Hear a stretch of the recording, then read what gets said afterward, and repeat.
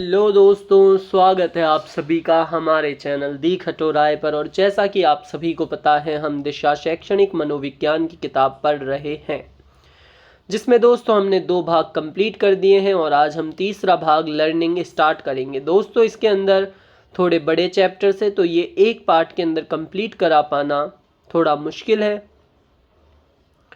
और दोस्तों बहुत ही कम बच्चे इन वीडियोस को देख रहे हैं, ना ही किसी के कमेंट आ रहे हैं इसे कंटिन्यू करने के, तो मुझे भी कम ही मोटिवेशन मिलता है दोस्तों।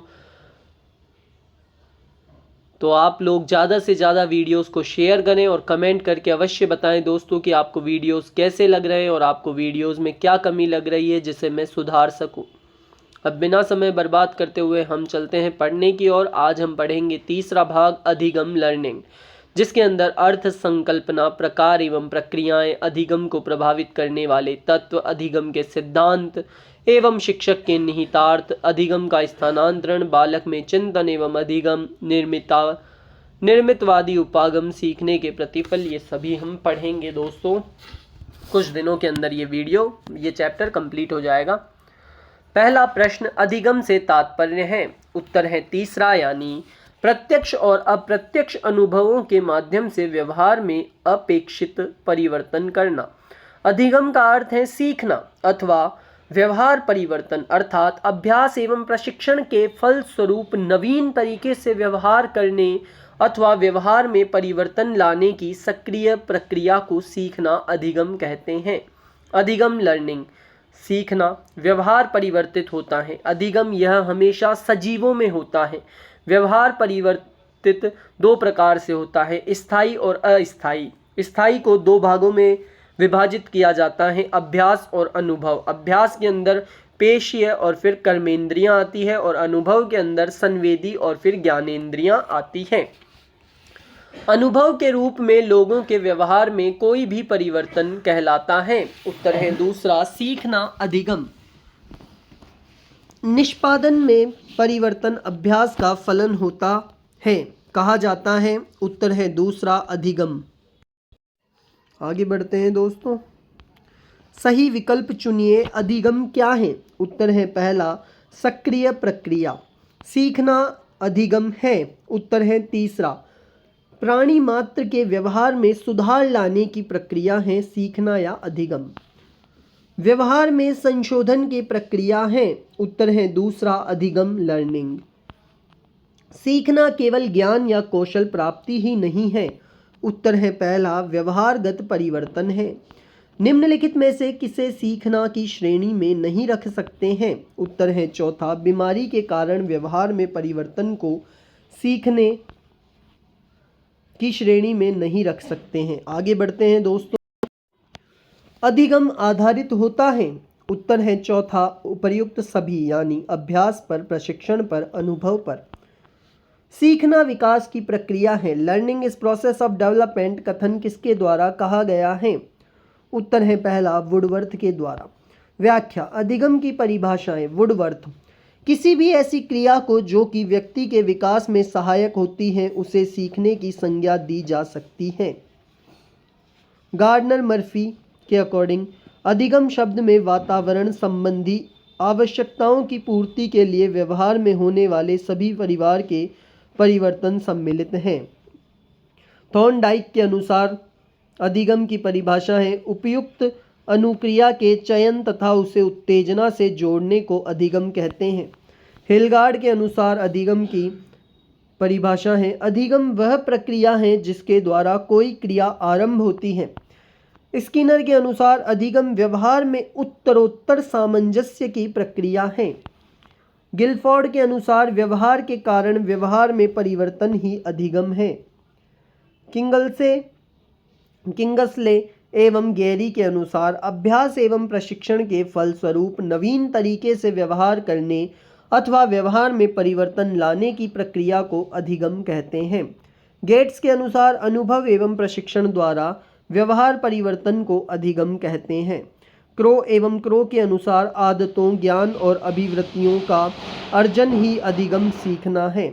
अधिगम प्रक्रिया से तात्पर्य बालक में उपयुक्त व्यावहारिक क्रियाओं द्वारा व्यवहार परिवर्तन लाना है।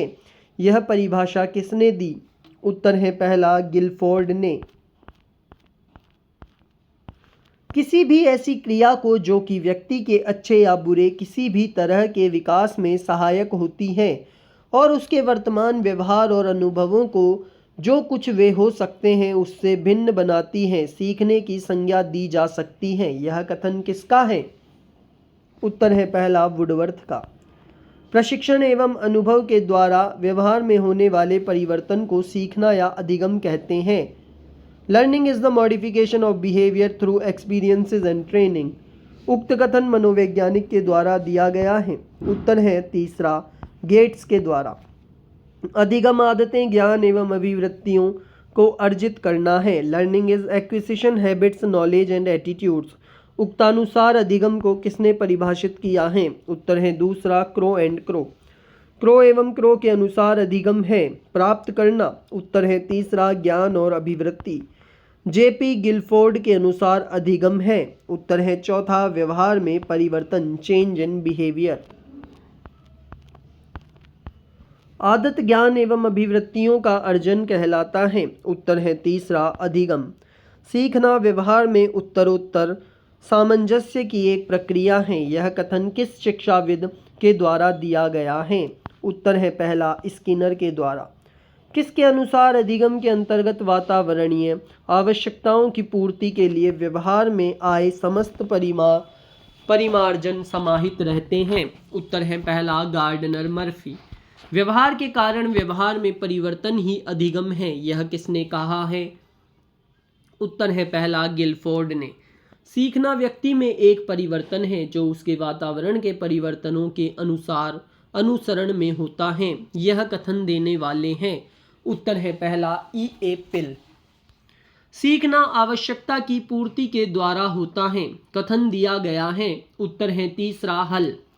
कौन सा कथन अधिगम की प्रकृति को सही प्रकार से निर्देशित करता है? उत्तर है चौथा अधिगम प्रक्रिया एवं उत्पाद दोनों है। व्याख्या। अधिगम की प्रकृति विशेषताएं। अधिगम एक सक्रिय एवं सतत प्रक्रिया है। अधिगम प्रक्रिया तथा उत्पाद दोनों है। अधिगम मानव की एक प्रकृति है। अधिगम मानसिक क्षमताओं के विकास की एक प्रक्रिया है। अधिगम व्यवहार परिवर्तन है। अधिगम एक विकास की प्रक्रिया है। अधिगम आवश्यकताओं की संतुष्टि मात्र है। अधिगम एक सामाजिक प्रक्रिया है। अधिगम सकारात्मक तथा नकारात्मक दोनों प्रकार का होता है। अधिगम एक विवेकपूर्ण क्रिया है। इसमें आपकी सोचने की शक्ति इन्वॉल्व होती है। अधिगम एक समायोजन की प्रक्रिया है। अधिगम एक समस्या समाधान की प्रक्रिया है। अधिगम एक खोज की प्रक्रिया है। निम्न में से कौन सी अधिगम की विशेषता नहीं है? उत्तर है चौथा, यानी अधिगम एक उत्पाद है, प्रक्रिया नहीं है। अधिगम का सर्वाधिक उपयुक्त उद्देश्य है। उत्तर है दूसरा व्यवहार का रूपांतरण। निम्नलिखित में से कौन सी अधिगम की विशेषता है? उत्तर है चौथा, यानी लक्ष्य निर्दिष्ट जीवन पर्यंत प्रक्रिया और सार्वभौमिक, तीनों अधिगम की विशेषता है। आगे बढ़ते हैं दोस्तों। निम्नलिखित में से कौन सा अधिगम के निर्मित कारण का सिद्धांत नहीं है? उत्तर है दूसरा अधिगम तात्कालिक है। निम्नलिखित में से सीखने की कौन सी विशेषता नहीं है? उत्तर है तीसरा सीखना केवल औपचारिक है। निम्नलिखित में से कौन सा कथन अधिगम हेतु सही नहीं है? उत्तर है तीसरा अधिगम अस्थानांतरणीय है। अधिगम की विशेषता क्या है? अधिगम की विशेषता है सभी, यानी अधिगम व्यवहार में परिवर्तन लाता है। अधिगम जीवन पर्यंत सतत प्रक्रिया है। अधिगम उद्देश्यपूर्ण एवं लक्ष्य केंद्रित है। निम्न में से कौन सी अधिगम की विशेषता नहीं है? उत्तर है चौथा अधिगम मात्र नवीन ज्ञान का अर्जन है। निम्नलिखित में से कौन सी अधिगम की विशेषता नहीं है? उत्तर है, इसका उत्तर दोस्तों है, इसका उत्तर होगा चौथा, यानी व्यवहार में क्षणिक अस्थायी परिवर्तन जो प्रेरणात्मक अवस्था के फलस्वरूप होते हैं। निम्नलिखित में से कौन सा सीखने के संबंध में सही नहीं है? उत्तर है इसका तीसरा, यानी सीखना बिना किसी उद्देश्य के भी हो सकता है। अधिगम से के संबंध में उपयुक्त नहीं है। उत्तर है पहला, अधिगम पर परिपक्वता का प्रभाव नहीं पड़ता। हम अधिगम का अनुभव नहीं कर सकते हैं, हम केवल यह देख सकते हैं कि वह निरंतर सफलतापूर्वक आगे बढ़ता है, इसका तात्पर्य है। उत्तर है चौथा, अधिगम का प्रत्यक्ष निरीक्षण नहीं हो सकता है। निम्नलिखित में से कौन सी अधिगम की सही विशेषता नहीं है? उत्तर है पहला, यानी मूल प्रवृत्ति तथा प्रतिक्षेपी क्रिया की वजह से व्यवहार में आया परिवर्तन अधिगम है। अधिगम में वृद्धि की जा सकती है। उत्तर है पहला, प्रोत्साहन देकर।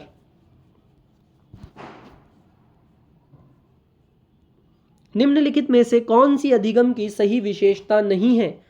उत्तर है चौथा, थकान, परिपक्वता इत्यादि से होने वाले परिवर्तन को अधिगम कहा जा सकता है। निम्न में से कौन सा कथन गलत है?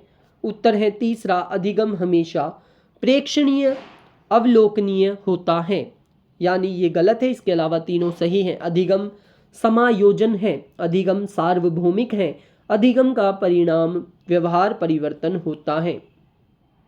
कौन सा कथन असत्य है? उत्तर है दूसरा, अधिगम परिपक्वता से संबंधित नहीं है। निम्न में से कौन सी विशेषता परिपक्वता को अधिगम से अलग करती है? उत्तर है पहला, यह एक स्वाभाविक प्रक्रिया है। अधिगम जीवन पर्यंत चलने वाली स्वाभाविक प्रक्रिया न होकर सब प्रयत्न प्रक्रिया है। परिपक्वता से तात्पर्य समय का मांसपेशियों एवं स्नायु संस्थान में होने वाले परिवर्तन संबंधी परिणाम से है, जबकि अधिगम का अर्थ वातावरणीय दबावों के फलस्वरूप व्यक्ति की क्रियाओं से है। अधिगम की अवधारणा के लिए कौन सा कथन सत्य नहीं है? इसका उत्तर है दोस्तों चौथा, अधिगम एक जन्मजात प्रक्रिया है। अधिगम के संदर्भ में निम्नलिखित में से कौन सा कथन गलत है? उत्तर है दूसरा, परिपक्वता के कारण व्यवहार परिवर्तन किसी व्यक्ति का अधिगम होता है। उत्तर है चौथा, जीवन पर्यंत। अधिगम प्रक्रिया के निम्नलिखित चरणों में से कौन अप्रचलित है? इसका उत्तर इन ऑप्शंस के अंदर नहीं है, हम व्याख्या पढ़ेंगे तो पता चल जाएगा। अधिगम प्रक्रिया, द प्रोसेस ऑफ लर्निंग। व्यक्ति में सीखने की प्रक्रिया में सर्वप्रथम प्रेरणा जागृत होती है, फिर मनुष्य लक्ष्य प्राप्ति के लिए विभिन्न अनुक्रियाएं करता है तो रास्ते में बहुत बाधाएं आती हैं, जिन्हें मनुष्य हटाने का प्रयास करता है, जिसमें सीखने की क्रिया निहित होती है। कई क्रियाएं करने के बाद एक सही अनुक्रिया द्वारा बाधा दूर हो जाती है। यह अनुक्रिया ही मनुष्य को पुनर्बलन प्रदान करती है, जिससे मनुष्य आगे बढ़ता हुआ अपने लक्ष्य को प्राप्त करता है। अधिगम हेतु निम्नांकित प्रक्रिया अपनाई जाती है। पहली है अभिप्रेरक यानी मोटिव, दूसरी है विभिन्न अनुक्रियाएं यानी वेरियस रेस्पॉन्स, तीसरी है अवरोध यानी बैरियर, चौथी है पुनर्बलन यानी राइनफोर्समेंट, पांचवी है सफल प्रयत्न यानी सक्सेसफुल अटेम्प्ट, छठी है लक्ष्य यानी गोल। स्मिथ ने इन सोपानों की सार रूप में निम्न प्रकार से चर्चा की है। संक्षिप्त रूप में अधिगम की प्रक्रिया में कोई अभिप्रेरक या चालक, कोई आकर्षक लक्ष्य और इस लक्ष्य की प्राप्ति से संबंधित कोई बाधा या कठिनाई उपस्थित रहती है। ये सभी बहुत ही आवश्यक हैं। शिक्षा मनोविज्ञान में सीखना लक्ष्य तक पहुंचने के उपायों को निश्चित करना है। यह अधिगम की जिस श्रेणी में आता है वह है। उत्तर है पहला, अधिगम प्रक्रिया। सीखने की प्रक्रिया का क्रम क्या है? उत्तर है तीसरा, यानी सबसे पहले अभिप्रेरक मोटिव, उसके बाद आता है विभिन्न अनुक्रियाएं, उसके बाद आती है बाधा, फिर सफल प्रयत्न और फिर लक्ष्य। सीखने की प्रक्रिया के 4 चरण कौन से हैं? उत्तर है चौथा, उद्देश्य, क्रिया, मूल्यांकन एवं अनुगमन। अधिगम के चरण आवश्यकता या प्रेरणा, फिर लक्ष्य या उद्देश्य या क्रिया, बाधा, तत्परता, अधिगम, स्थिति, समायोजन, व्यवहार में परिवर्तन व मूल्यांकन, अनुगमन, स्थायीकरण। अवलोकनात्मक अधिगम प्रक्रियाओं का सही क्रम है। इसका उत्तर है दूसरा, यानी अवधानात्मक, उसके बाद धारणात्मक, उसके बाद उत्पादन और फिर आता है अभिप्रेरणात्मक। निम्न में से कौन सा कथन अधिगम की प्रक्रिया को उचित ढंग से प्रस्तुत करता है? इसका उत्तर है दोस्तों पहला, यानी व्यवहार में परिवर्तन। अधिगम जीवन पर्यंत प्रक्रिया है जो पूर्ण होती है। उत्तर है चौथा, उपर्युक्त सभी से, यानी विद्यालय में, समाज में, परिवार में। अधिगम एक प्रक्रिया है। उत्तर है दूसरा, अनुभव द्वारा अर्थ निर्माण की।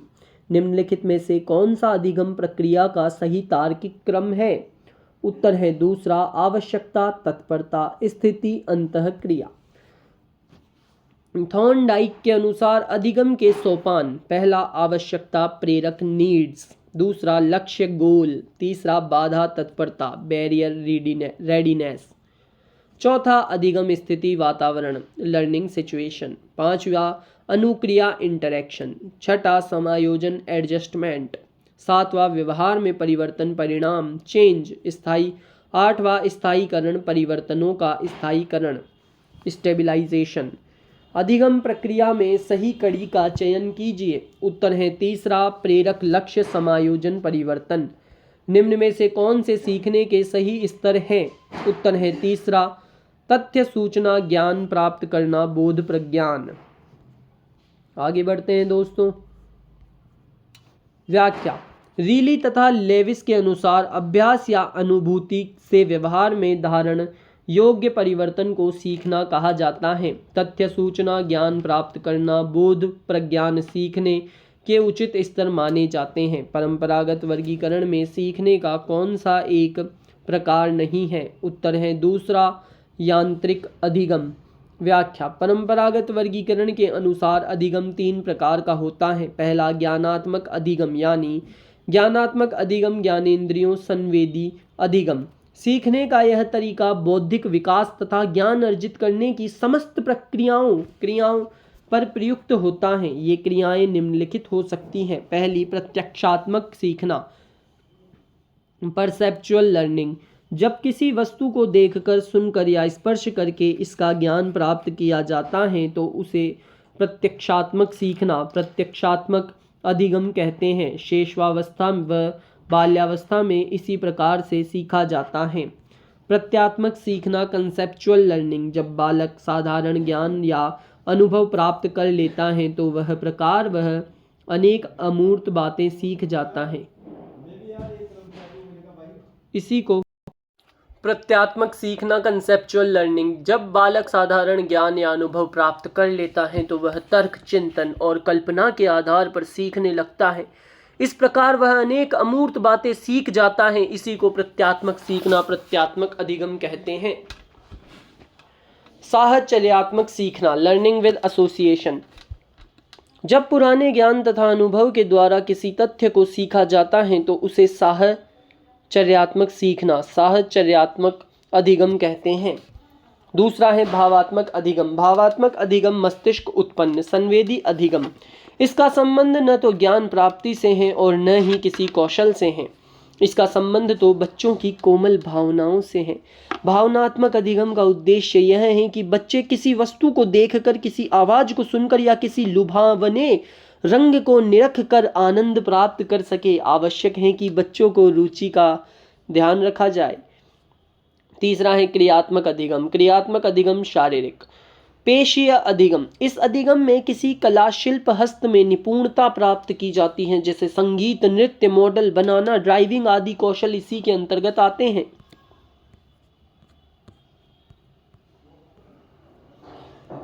निम्नलिखित में से कौन सा प्रकार के अनुसार अधिगम का प्रकार नहीं है? उत्तर है पहला, कल्पनाशील अधिगम।